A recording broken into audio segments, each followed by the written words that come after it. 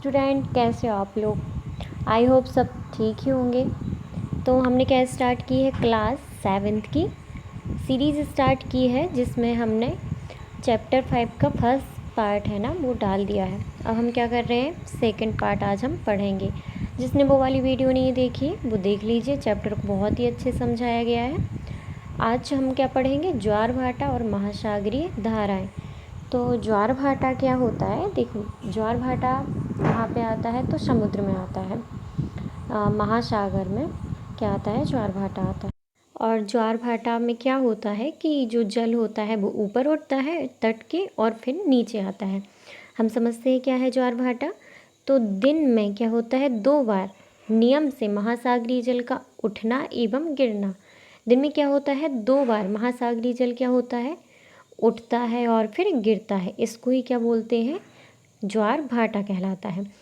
जब सर्वाधिक ऊंचाई तक उठकर जल तट के बड़े हिस्से को क्या कर देता है, डुबो देता है, तो उसे क्या कहते हैं, ज्वार कहते हैं। और जब जल अपने निम्नतम स्तर तक आ जाता है एवं तट से पीछे चला जाता है तो इसे क्या कहते हैं, भाटा कहते हैं। जब क्या करता है, देखिए यहाँ पर समझने की हम कोशिश करेंगे। ये समझ लीजिए आपका समुद्र है और यहाँ पर क्या है, जल है। यहाँ से तटीय सीमा स्टार्ट हो गई है। तो ये क्या कह रहा है कि जब सर्वाधिक ऊंचाई तक उठकर जल क्या होता है, तो ये जल उठा और तट के बड़े हिस्से को क्या कर लेता है, डुबो देता है, तो ये क्या हो गया, ज्वार हो गया। सिमिलरली जब यही जल यहाँ तक आ गया तो ये क्या हो गया, ज्वार। अब यहाँ हम देखते हैं कि भाटा क्या होता है कि जब यही जल क्या होता है, इस इधर आता है तो यही क्या कहलाता है, भाटा कहलाता है। मतलब कि जब सर्वाधिक ऊंचाई पर उठता है और तट के हिस्से को क्या कर देता है, डुबो देता है, तो वो ज्वार कहलाता है। और जब यही जल क्या होता है, तट के निम्नतर स्तर तक आ जाता है तो उसे क्या कहते हैं, भाटा कहते हैं। नेक्स्ट क्या है, तो ये ज्वार भाटा हो गया। नेक्स्ट है कि ज्वार क्या होते हैं, उच्च ज्वार भी होते हैं और निम्न ज्वार भी होते हैं। तो हम देखेंगे कि लघु ज्वार, एक तो ये लघु ज्वार है, दूसरा क्या है, बृहद ज्वार। तो यहाँ क्या लिखा है कि सूर्य एवं चंद्रमा के शक्तिशाली गुरुत्वाकर्षण बल के कारण पृथ्वी की सतह पर क्या आते हैं, ज्वार भाटे आते हैं। तो कारण क्या है ज्वार भाटे आने का, चंद्रमा और सूर्य का गुरुत्वाकर्षण बल। जब गुरुत्वाकर्षण बल लगता है तो क्या आता है, महासागरीय जल में उतार चढ़ाव होता है, उसी के कारण क्या आता है, ज्वार भाटा आता है। तो जब पृथ्वी का जल चंद्रमा के निकट होता है उस समय चंद्रमा के गुरुत्वाकर्षण बल से जल क्या होता है, उसकी ओर आकर्षित होता है, जिसके कारण क्या होता है, उच्च ज्वार आते हैं। जब अब मैं आपको समझाती हूँ क्या होता है कि जैसे पृथ्वी है और ये क्या है, चंद्रमा है। तो जब चंद्रमा गुरुत्वाकर्षण बल लगाता है तो जो इस पृथ्वी का पानी होता है वो क्या होता है, इसकी ओर आकर्षित होता है, उसी से क्या आते हैं, ज्वार आते हैं। तो ये आकर्षित होकर क्या होता है, तट की ओर जाता है तो ज्वार आते हैं। और पूर्णमासी अमावस्या के दिन क्या होता है कि पूर्णमासी के दिन क्या होता है कि ये देखिए, पृथ्वी, चंद्रमा और सूर्य क्या आ जाते हैं, एक सीध में आ जाते हैं, मतलब कि 180 डिग्री का कोण बना लेते हैं। तो क्या होता है, इस समय उच्च ज्वार आते हैं, मतलब बहुत अधिक मात्रा में तट को डुबो देते हैं, ऐसे उच्च ज्वार आते हैं। और जब क्या होता है, जब ये एक दूसरे के विपरीत बल लगाते हैं तो क्या आते हैं, निम्न ज्वार आते हैं। चंद्रमा और सूर्य क्या लगाएंगे, विपरीत बल, तो क्या आएगा, निम्न ज्वार आएगा। ये यहाँ पर इसी बात को समझाया गया है। तो इस ज्वार को देखिए, इस ज्वार को क्या कहते हैं, बृहद ज्वार। जब पूर्णमासी और अमावस्या के दिन जो आते हैं, जब क्या होते हैं, सूर्य, पृथ्वी और चंद्रमा तीनों एक साथ होते हैं। लेकिन जब चांद अपने प्रथम एवं अंतिम चतुर्थांश में होता है तो चांद एवं सूर्य का जो गुरुत्वाकर्षण बल है वो क्या होता है, विपरीत दिशाओं से महासागरीय जल पर पड़ता है, परिणाम स्वरूप निम्न ज्वार भाटा आता है। ऐसे ज्वार को क्या कहते हैं, लघु ज्वार भाटा कहते हैं।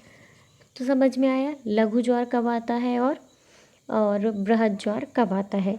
जब तीनों पृथ्वी, सूर्य और चंद्रमा क्या होते हैं? पृथ्वी, ये सूर्य स्थिर होता है, चंद्रमा क्या करता है? पृथ्वी की परिक्रमा करता है। ये तीनों जब एक सीध में होते हैं पूर्णमासी और अमावस्या के दिन, तो क्या आता है? बृहद ज्वार। और जब ये क्या करते हैं? सूर्य हो गया और ये पृथ्वी हो गई और ये अपना मून हो गया, ये क्या है? हमारी पृथ्वी का उपग्रह है। तो ये क्या करते हैं? विपरीत बल लगाते हैं।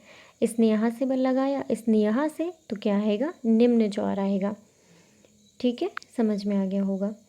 नेक्स्ट देखते हैं इसी में कि उच्च ज्वार सहायक भी होते हैं। काय में होते हैं? तो जैसे उच्च ज्वार आया तो उसके साथ नावें भी चलती हैं।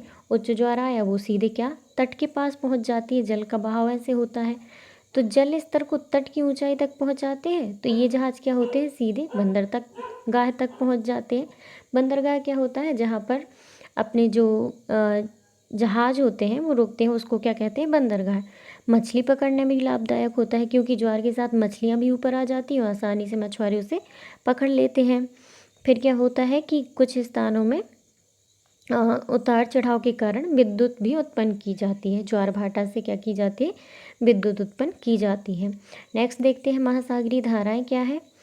तो महासागरीय धाराएं क्या होती हैं कि महासागरीय धाराएं एक क्या होती है? निश्चित दिशा में महासागरीय सतह पर क्या करती है? नियमित रूप से बहने वाली क्या होती है? धाराएं होती हैं। ये ऐसा नहीं है कि आज बही कल नहीं बही, ऐसा नहीं है। क्या होती है? नियमित होती है। दूसरा, इनकी क्या होती है? दिशा भी निश्चित होती है। अगर ये इस दिशा में बह रही हैं तो इसी दिशा में बहेंगी, और क्या बहेंगी? नियमित रहेंगी। ठीक है, तो ये क्या कहलाती है? महासागरीय धाराएं कहलाते हैं। और ये कहाँ बहती हैं? तो जल की सतह पर बहती। ये जल है, इसकी सतह पर जो धाराएं बहेंगी उसको क्या कहेंगे? महासागरीय धाराएं। अब महासागरीय धाराएं क्या होती है? ठंडी और गर्म भी हो सकती हैं। और जो गर्म धाराएं होती हैं वो क्या होती हैं? भूमध्य रेखा के निकट से उत्पन्न होती हैं। और क्या करती हैं? ये भूमध्य रेखा है, भूमध्य रेखा से उत्पन्न होगी और ध्रुवों की ओर प्रभावित होती हैं। और क्या होती हैं? जो ठंडी धाराएं होती हैं वो क्या होती है? ध्रुवों या उच्च अक्षांशों से उष्णकटिबंधीय निम्न अक्षांशीय, निम्न अक्षांशों तक जो होती है वो क्या होती है? ठंडी धारा। जबकि यहाँ पे कुछ एग्जाम्पल दिए गए हैं, जैसे कि लेब्राडोर हो गया, ये क्या है? शीत जलधारा है। जबकि जो गल्फ स्ट्रीम है वो क्या है? गर्म जलधारा है। और तापमान क्या होता है कि महासागरीय जो धाराएं होती हैं वो किसी क्षेत्र के तापमान को भी प्रभावित करती हैं। अगर ठंडी जलधारा होगी तो उस क्षेत्र का तापमान क्या हो जाएगा? ठंडा। और अगर गर्म जलधारा होगी तो तापमान क्या हो जाएगा? गर्म हो जाएगा उस क्षेत्र का। जिस स्थान पर गर्म एवं शीत जलधाराएं मिलती वहाँ पर क्या होता है? मत्स्य पालन क्षेत्र होता है। जहाँ पर ठंडी और जलधाराएं मिलेगी वहाँ पर क्या होगा? मत्स्य का पालन बहुत अधिक होगा। जैसे कि हम देख लेंगे जापान के आसपास का क्षेत्र एवं यूएसए की पूर्वी तट, इसके क्या होते हैं? कुछ उदाहरण होते हैं।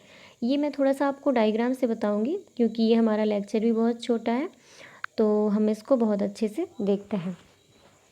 ये क्या कह रहे हैं कि मैं पहले आपको क्या बताती हूँ, उच्च अक्षांश और निम्न अक्षांश क्या होता है। तो यहाँ पर देखते हैं, ये पृथ्वी का डायग्राम ले लीजिए, थोड़ा सा और स्पेस। ये पृथ्वी का डायग्राम ले लीजिए। हमारी पृथ्वी कैसी है? एलिप्टिकल शेप में। ये होता है 0 से यहाँ पर जाता है 90 डिग्री तक। 90 डिग्री इसको ध्रुव बोलते हैं।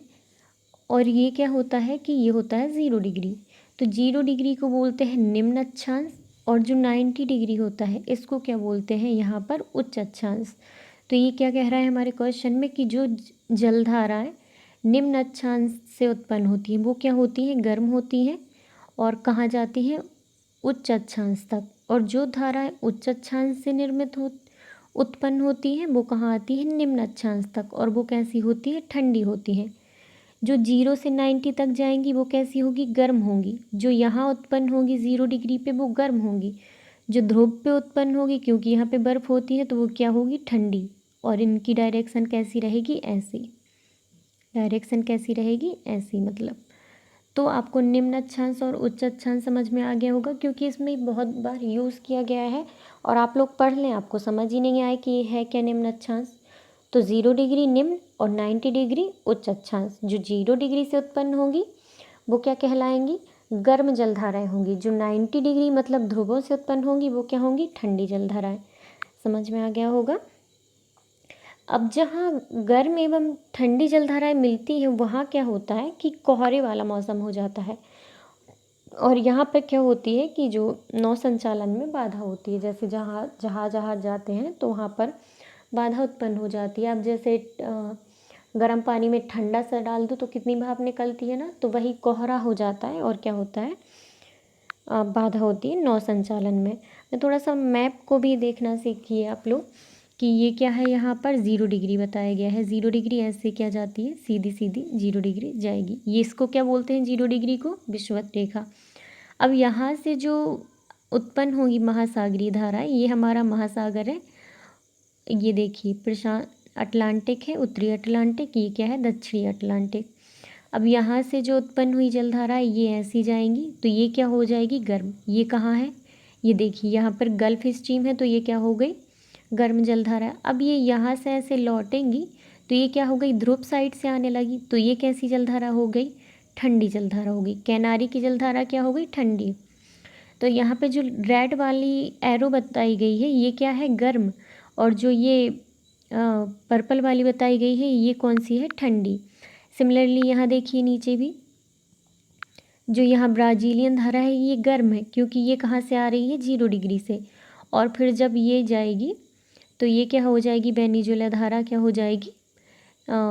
ये हो जाएगी अपनी ठंडी, क्योंकि ये कहाँ से जा रही है? 90 डिग्री उच्च अक्षांश से। और ये जो महासागरीय धाराओं के नाम होते हैं ये किसी क्षेत्र विशेष से लिए जाते हैं। जैसे यहाँ पे क्या है? कैनारी आइसलैंड है, तो इसका नाम कैनारी रख दिया। ठीक है। यहाँ पर वेनेजुएला धारा हो गई। यहाँ पर क्या है? ब्राज़ील है, तो इसका नाम क्या हो गया? ब्राज़ीलियन धारा। यही हमारा हिंद महासागर है। हिंद महासागर में कौन सी होती है? तो एक ये देखिए अगुलहास की धारा है, ये क्या है? गर्म है। विषुवतीय विपरीत धारा दक्षिणी, यहाँ पर नाम ज़्यादा नहीं है, नाम एक याद रखिएगा, अगुलहास धारा। जैसे अगर कहीं आ जाता है, आप बहुत सारे जीके की क्वेश्चन लगाते होंगे तो आ जाता होगा। तो यहाँ पे आपको ये मैप थोड़ा सा समझ में आया। आप ऐसे मैप देखेंगे तो आपके क्या होंगे? थोड़े थोड़े से नॉलेज अपना गेन होगा। मैं फिर से आपको वो दोहरा देती हूँ ताकि आपको महाद्वीप भी याद रहे। कितने हैं? 7 हैं। पहला कौन सा हो जाएगा? तो फर्स्ट हो जाएगा एशिया, दूसरा हो जाएगा यूरोप, थर्ड हो जाएगा अफ्रीका, फोर्थ हो जाएगा अमेरिका, फिफ्थ हो जाएगा अपना ये उत्तरी अमेरिका हो गया, दक्षिणी अमेरिका, और ये हो जाएगा फिर ऑस्ट्रेलिया, और फिर कौन सा हो जाएगा? यहाँ पर दिख नहीं रहा है, वो अंटार्कटिका हो जाएगा। यहाँ पर क्या? अंटार्कटिका में हमेशा बर्फ़ जमी होती है। टोटल कितने महाद्वीप हो गए? 7 हो गए। मैंने पिछली बार भी याद करवाया था, इसीलिए ऐसे थोड़ी थोड़ी चीज़ें भी याद होती जाएंगी। आई होप ये वीडियो आपको बहुत अच्छा लगा होगा, और प्लीज़ लाइक करिए, चैनल को सब्सक्राइब करिए, अपने फ्रेंड्स लोगों को भी सर्कुलेट कीजिए। क्या है कि यहाँ पर अगर चैप्टर समझ में आ जाएगा तो आप लोग से क्वेश्चन आंसर भी बहुत अच्छे से बन जाएंगे, और 7th से बेस क्लियर होगा तो 8th तो बोर्ड होने जा रही है। अभी आया है नोटिफिकेशन, अब जैसा आगे रहे 8th 5th और 8th बोर्ड होने का है। तो देखते हैं, आप लोग मन लगा के पढ़िए और चैनल को प्लीज़ सब्सक्राइब कीजिए। Thank you very much.